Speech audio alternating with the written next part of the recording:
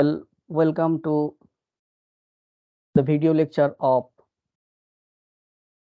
the e-content, and my topic is Introduction to Building Planning. Well, as a civil engineer, we usually do building planning, but to be any citizen aware of all the different facts, while we make our buildings, we should do proper planning. Why so? In order to utilize the land properly and to utilize all the spaces in an effective way for the benefit of all the users of that building, we should make a building plan. Now, before we go for the building planning, we need to understand that where we can make our building. And the first thing goes for the site selection. Let me share my screen here, then it will be easy for you to understand what would be the condition and how we can select the ideal site for constructing any building. I hope you can see my screen here. Well, here you see on the screen that the factors affecting site selection. So we have multiple factors like topography, nature of subsoil, position of the underground water table, facilities available in nearby areas, neighborhood where we will make our building, undesirable things near the site, vegetation, and shape of the site. Now, one by one, I will discuss all the factors on which we will select the suitable land or appropriate land for making any building. So, first one is topography. Now, this is one vital factor for selecting the site for building construction. Why so? Because based on the topography, we can figure out what will be the maximum height of the building, what will be the size of the building, and not only that, how we will make the roof or different other aspects of the building. Now, say for example, if we make any building in the hilly areas, definitely we cannot make very tall skyscraper on the hilly areas because their ground slope is very steep and the ground condition will be unstable, and at any cases there may be chance of landslide. So for that reason, we cannot select the hilly area for making the buildings. And for the rolling lands or for the plain lands, we can easily select the building site. But here also we have to look at the other aspects, because in plain regions we have generally very high concentration of rainfall, and hilly areas also we have high concentration, but in the case of hilly area there is a chance of snowfall. So when we will make our building plan, we have to look at the load what is coming to the building, because when it is snowfall, generally it will stay on the roof for some time being. That may be some few hours or maybe few days, but it will be there on the roof, and as a result, that load will come into other structural members of the building. And same thing goes for the rainfall, because when it will rain, it will stay on the roof for some time, because in the plain regions we generally go for the flat roofs. Okay, because in nowadays we use concretes as the primary material for creating our buildings. So we generally go for the flat roofs, and we all know that if there is flat roof, then the rain will accumulate and will stay for some time till it gets drained off through different drainage pipes. So topography is a very vital factor of selecting the site of any building. Now, next thing is nature of subsoil. Now, how nature of subsoil will affect the site selection?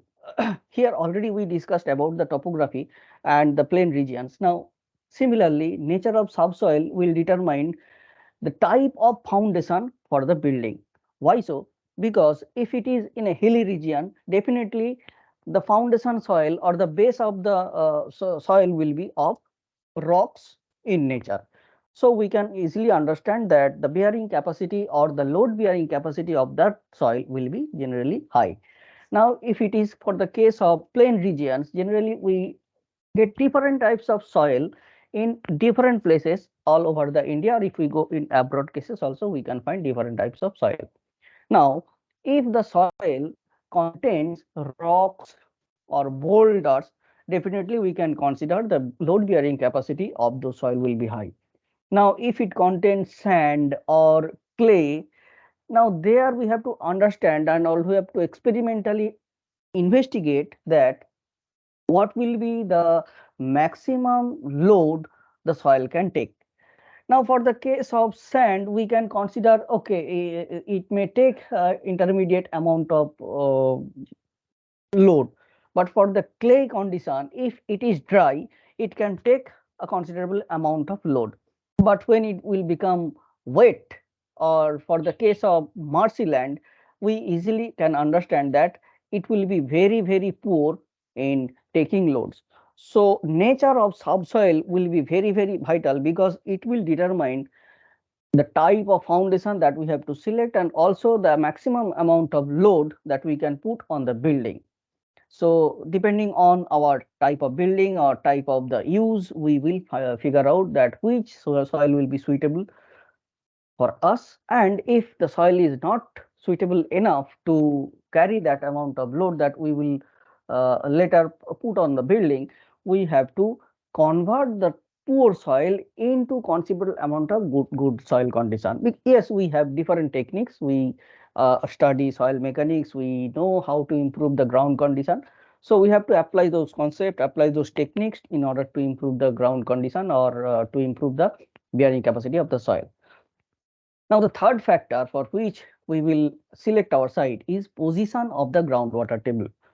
Now, position of groundwater table, in fact, this indirectly varies the bearing capacity of the soil, because if any place is near to the coastal regions or very plain regions, then we know that the groundwater table will be very close to the ground surface. And when the groundwater table is very close to ground surface, that means at very shallow depth, the soil will be wet, or the just below the groundwater table, the soil will become saturated. Now, if the soil is saturated or wet, that means the bearing capacity of that soil will be very poor. And if the soil is drier in nature or even partially moist, then it can take a little bit more amount of load. Now, for the case of hilly regions or rolling lands, and if we consider or compare that of the plain regions which is near to any river side or lakes or in any coastal regions, definitely we can understand the groundwater table for hill region will be very at larger depth, and it is very near to the ground surface for coastal regions. And similarly, the load bearing capacity or the subsoil or foundation soil will be of poor quality, where we have water bodies nearby, and it will have higher amount of load bearing capacity when it is in the dry regions. So groundwater table is also vital fact. Now, this thing is also observed when during different seasons, because like in summer or winter, we know that there is very small amount of rainfall. So when there is small amount of rainfall, the soil will become dry in nature, and the load bearing capacity of that foundation soil will become high. But when it will rain, that means in monsoon season, generally the soil will become wet. Now, when soil will become wet, as already we discussed, the ground will become wet, and the water table will rise up near to the ground surface, and bearing capacity of the foundation soil will become low. So that factor we have to consider while we will select the site for building construction, and we have to understand, or we have to consider the stability of the building. Now, fourth one is facility. Yes, this is also important factor. Now, depending on the use of the building, we will look at whatever facilities are available nearby. For one example, if we go for making a residential building where people will live, now what are the facilities we should require? For one example, if any family lives in that building, there will be people of different ages. Now, we should look at what are the school available nearby or colleges available nearby, whether there is hospital in a near distance, or a market available, that or police station available. So all these facilities, if available at a very reachable distance, that means that site will be ideal for any residential building construction. Now, if we go for any industry building or for storage building, then what other factor we will look at? That means we have to look whether there is good quality road available or not, or we can transport that goods item very easily through that places or not. So we have to look at all these facilities for selecting the suitable site for creating a building.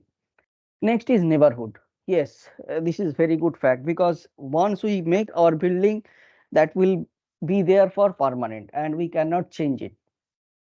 Now, before constructing any building, we should visit there and look at, or at least we can get information that how nearby people or neighborhoods are and how they behave, because once it is created, we cannot change our neighbors, and we cannot change our neighborhood. So for that reason, how people behave in nearby places or how we can adjust with them, that we have to understand. For one example, we can make any industry building in that place. Now, if the neighbors do not allow you to run your machine, that means your all investment will go in vain. So that should not be the ideal case, right? So before constructing your building, or before you invest your money for creating any building, we should go there and meet all the people or nearby places, and we will figure out whether it is suitable for uh, creating the building on that place.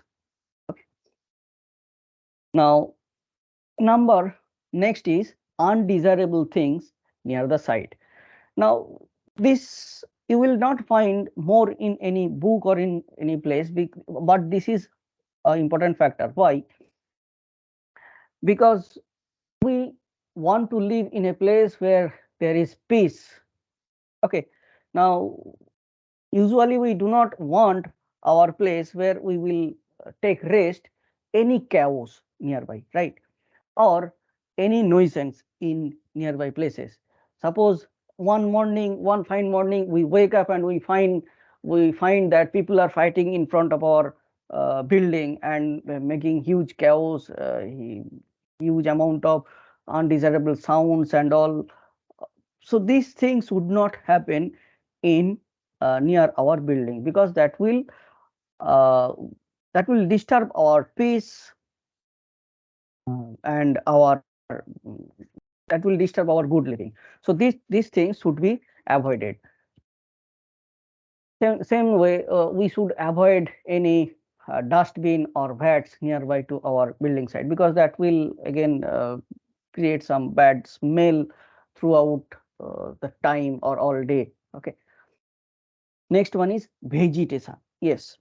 Now, depending on the topography, depending on the nature of the soil, and depending on your choice of selecting the site, you will get different type of vegetation, different type of plants in your nearby places. And not only that, even if there is no natural vegetation, you can create your own desired vegetation in your land. Obviously, for that you need some amount of more amount of space in your plot. Okay. and that will create good vibe, good greenery, good healthy environment in your place. And the last one is shape of the site. Shape of the site is also important factor, because depending on the shape of the land or shape of the site, you can go for the building plan, and depending on the shape also you can place different type of items of the building in different uh, corners. Like for one example, we can place our bedroom on south direction or in east direction or maybe in west direction, stair also on north direction or in west direction. So in different direction we can alter or we can place all these things, and we can finalize our building plan, and then we can go for the building construction. So shape will be another vital factor for selecting of the site. Sometimes a few people go according to the Vastu rules. Also, according to Vastu rule, there are many factors for selecting building site. In fact, the shape of the land is also another factor according to the Vastu. Because if we follow Vastu, there you will see that according to the ancient gurus of our Indian civilization, and they used to instruct us, advise us to follow Vastu. According to Vastu, square shaped land will be very, very ideal and very, very good for the building construction. Apart from square shape, we can go for the rectangular shape. Okay. Now, any building site which is a triangular shape are not good, or T shape or U shape or even L shape is not good for building construction. Even if we have any this type of odd shaped building plots, we have to convert them into different shape. For example, we have T shaped building site or land. Now that T shape you have to convert into either rectangular shape or at least into L shape. We can merge other places together, or we can separate out by providing boundary, and we can convert one odd shaped land into either rectangular shape or into square shape, and we can follow Vastu rule in that way. Anyway, so the shape of the site is also very, very vital, because as long as we can get the main means of access, that will provide you better adjustment with the communication purposes. Okay, so that's all. Now we will move to the next part, that is orientation. So far we have discussed different factors for which based on which we can select the ideal land or before constructing any building. Now once we have selected the suitable building site, then we have to go for the building planning. Now when we will look at building planning, then we have to look at the orientation. Orientation means the positioning of a building in relation to the seasonal variation of the sun. Now we all know that from Indian point of view, or the if we follow the path of sun from Indian subcontinental area, then we have 6 seasons, right? Now we have summer season, we have winter, we have monsoon. Now in different season, we have different intensity of temperature, different intensity of sunlight, and also wind flow will be in different direction, right? So considering all these factors, we have to understand that by which orientation, or by placing different rooms in different direction, in which way we can utilize the maximum amount of natural energies. Now natural energy like solar, sunlight, like wind, good temperature, air temperature, means naturally how we can optimally use the natural sources. Okay. Now how this thing will benefit us, because good orientation will increase the energy efficiency of our home, and ultimately it will make our building, our rooms more comfortable to live at very cheaper prices. Because if we can place different living rooms or study rooms in a position where we have sufficient amount of sunlight or daylight, definitely it will save the cost of the electricity bill for the lighting arrangement. Same way, if we can place our bedroom or living room in a place where we have good quantity, good quality of wind flows, definitely it will save at least some portion of cost of providing the flow of wind or the ventilation. Now, in this way, we can easily or scientifically orient different portions of the building, and ultimately we can utilize most of the natural sources of light and wind or different kind of energy. Then here you see. So what are the objectives? So all the objectives are, in fact, there are more objectives which are mentioned here. So first one is to give the correct direction to the building according to the surrounding, then to provide natural light and air to the inhabitants, to save inhabitants from dust and smoke, then to save the inhabitants from any unwanted noise, to provide privacy to the inhabitants, to save the building from damages due to rain, to save the inhabitants from the bad effects or worst weather condition, and to add beauty to the building. So all these factors are the main point for orientation of different parts of the building. So here you see good how good orientation will do these things. So the good orientation combined with other energy efficiency features can reduce or even eliminate the need of auxiliary heating and cooling, and resulting in lower energy bills, reduced greenhouse gas emission, and improved comfort. And it takes account of summer and winter variations, not only just summer and winter. Already we discussed that we have 6 seasons, and according to the sun's path as well as the direction of the wind, we will place different parts of the building in ways so that it gives us maximum amount of comfort and cool breezes. As you can see in this picture, that in a particular day the sun will move from east to west, and accordingly we can place our different parts of the building. Like here you see, we have placed our building in the east, bedroom in the east direction, and living room or the drawing room in the southeast corner. Same way, we have placed our kitchen in the southeastern corner.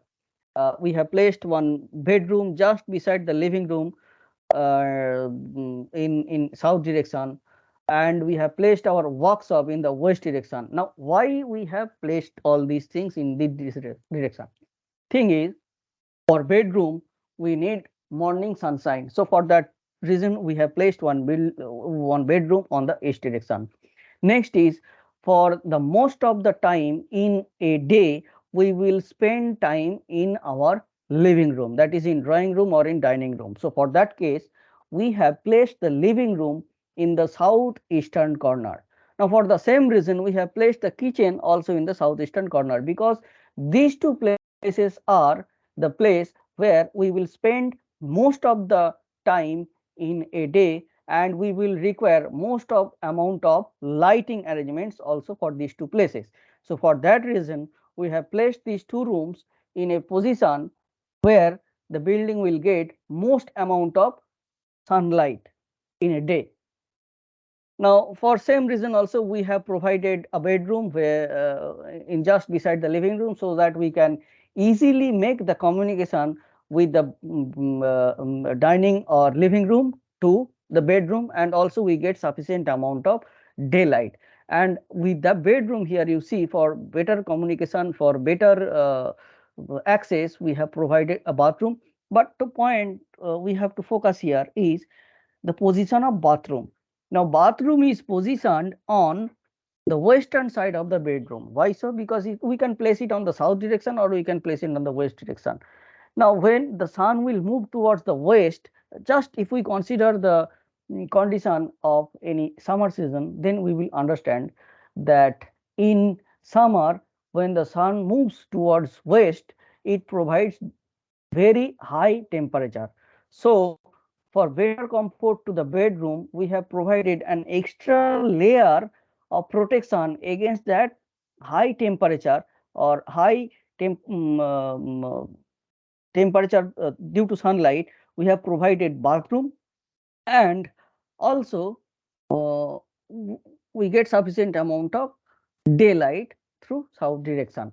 Now, same way we provided workshop, because for workshop we do not really consider all these facts, so we can do our work, and also that workshop will create us provide us an extra layer of protection against that scorching heat on summer due to the movement of sun towards west.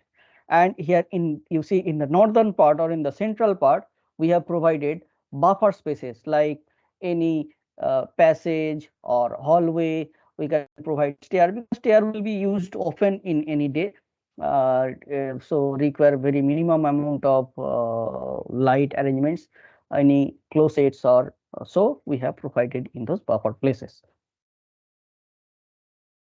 Now, the last thing we will discuss in our the first portion of this video lecture is the factors affecting orientation. Now, what are the factors? Here you see we have 5 factors. First is solar radiation and temperature. Second one is clouds and rain. Third one is humidity. Fourth one is humidity design consideration, and fifth one is prevailing wind. So, solar radiation, temperature already we discussed. Based on different season, different position of the sun, we have different intensity of solar radiation.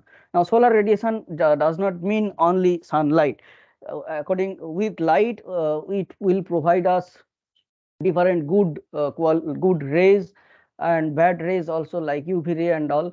And with it, it will provide us different intensity of heat or the temperature. uh, in morning, it will provide us some amount of certain amount of temperature. When it will go in noon, then it will provide us highest amount of temperature, and when it will be in afternoon, then the intensity will be lesser, and solar radiation will accordingly vary. Now, depending on different season also, we will have different intensity of solar radiation and temperature. Now, we have to follow that in a year, how much amount of solar radiation we get in different season, and uh, in how much amount of time, or in days, we can consider how many days belong in summer season and how many days belong in winter season, how many days belong in monsoon season. Why so? Because in summer we know that there will be very high heat in the air, in the atmosphere, and we need to maintain our room, our building cool. So, for that reason, we have to provide protection against the entry of sunlight and entry of hot air into our room. And same way, we have to provide protection against the entry of uh, rain through window and doors into the room. Same way, we have to provide protection against the entry of cold air into the room during winter season. And with that, we have to provide access to the sunlight into the room in winter season. So, considering all these facts, we have to provide the suitable or appropriate type of doors, appropriate type of window, and appropriate type of roofing conditions. Then comes cloud and rains. Yes, already we discussed that in different season we will have different amount of rainfall, different amount of cloud, and different solar radiation. So definitely cloud and rain happens most in monsoon season, and depending on the intensity of rainfall, we have to provide different, we have to select different roof types, because where we have high intensity of rainfalls, we have to provide slope roof obviously, and where we have very low intensity of rainfall, we can provide flat roof, because flat roofs will accumulate rain, will store rain for some time, maybe half an hour or 1 hour, but it will be there, and it will it will induce load into the structures. Then third one is humidity. How humidity affects? Now humidity is the moisture present in air. Now in summer season, if it is near to the coastal regions or any water body nearby, definitely humidity will be high. And in a place where we have a very small amount of water bodies nearby, or the place where we have central position in any country, like for our case in Madhya Pradesh or Delhi or UP, we have very less amount of humidity. In winter season also we have less amount of humidity, whereas in monsoon we have high amount of humidity in the air. Now depending on the humidity, our comfort will be different. You see, in any coastal region, near to any coastal region, we will have high sweating tendency in summer season, whereas if we move to a place where there is less humidity, even if the temperature is high, we will not sweat so quickly, because that will change the amount of comfortness to us. And then we have humidity design consideration. So considering all this humidity factor, how we will select the design of the building, because considering humidity, we will allow the intensity of flow of air into our room, into the building, and the intensity of flow, and in which direction, at which layer we will allow that ventilation to take place, so as to improve our comfortness, will depend on the humidity factor. And third one is prevailing wind. Yes, if it is in any coastal area, near to any coastal area, it will have a tendency of storm very frequently, and if it is to a central position, the storm will be at a very lower frequency.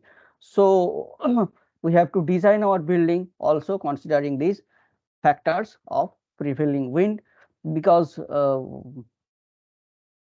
wind load will be a very vital factor for any skyscraper. Not only just skyscraper, even for a small residential building, a small building also, that can be very vital fact, but that depends on the site or the land or the place where we have to construct our building. So that's it in the first video lecture. We will come with another important fact, what should be the factors and the thing we should look at before we make any building plan. So thank you all. We will come back very soon with the next video lecture. Thank you.